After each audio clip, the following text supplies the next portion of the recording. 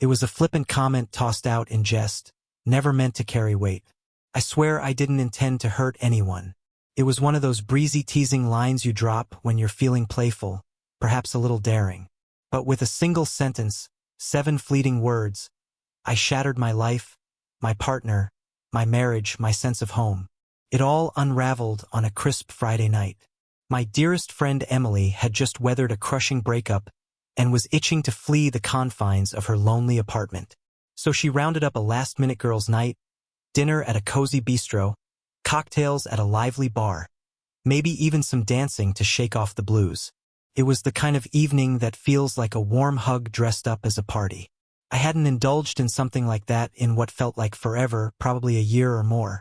My husband Nathan was lounging on our living room couch when I stepped out of our bedroom, prim and ready. I put in some effort.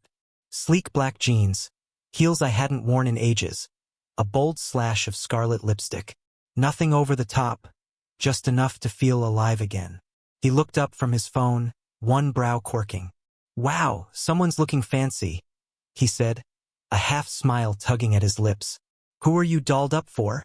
I laughed, a light, thoughtless sound, and with a cheeky grin I quipped, "Oh, in case I meet someone better."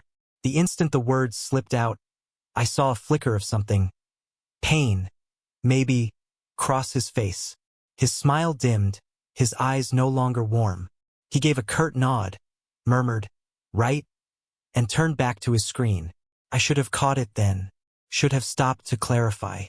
"Babe, I'm just kidding." But I didn't.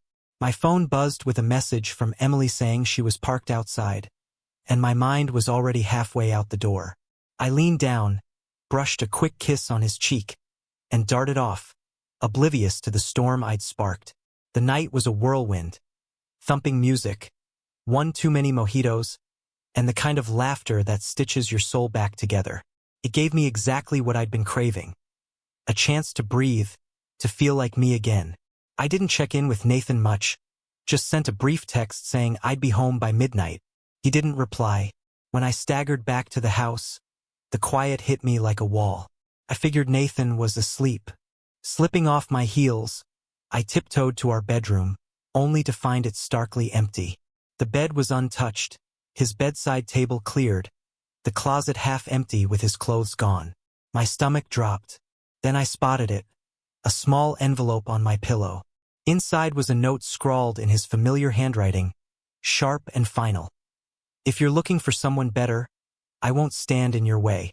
Divorce papers are coming tomorrow. I hope you find what you're after. Nathan." My knees buckled. I collapsed onto the floor, reading the words over and over, certain I'd misunderstood, that this couldn't be happening. I called his phone voicemail. The next day, I drove to his brother's place where he was crashing. He wouldn't see me, wouldn't speak. Within days, his lawyer reached out to begin the divorce process. No conversation, no second chances, just a cold, efficient end. All because of a careless joke. Or was it? The more I turned it over in my mind, the more I saw it wasn't just those 7 words. It was the months leading up to them. I'd been pulling away, worn thin by work, my mind always elsewhere. I'd leaned on sharp humor to cover my exhaustion, my unspoken frustrations, the quiet ache of feeling unseen. Maybe he'd felt it too. Maybe he was already on the brink. And my flippant remark was the push that sent him over. I've relived that night 1,000 times. What if I'd said for you, silly, when he asked who I was dressed up for? What if I'd stayed home instead? What if I'd backtracked the second I saw his expression shift? But life doesn't hand out rewrites. Not for moments like that. Only choices and their consequences. And mine came down to 7 words. It's been nearly a year since Nathan left. I still catch myself glancing at our old driveway, hoping to see his pickup parked there. I wonder if he ever thinks of me, if he wakes up reaching for me the way I do for him. I never went looking for someone better. I never wanted to. All I wanted was for him to look at me the way he used to, with that quiet fire in his gaze. But I've learned a hard lesson. Words don't need to be true to cut deep. Sometimes the most destructive thing you can say is what you don't even mean. And sometimes the person you cherish most won't wait for you to take it back.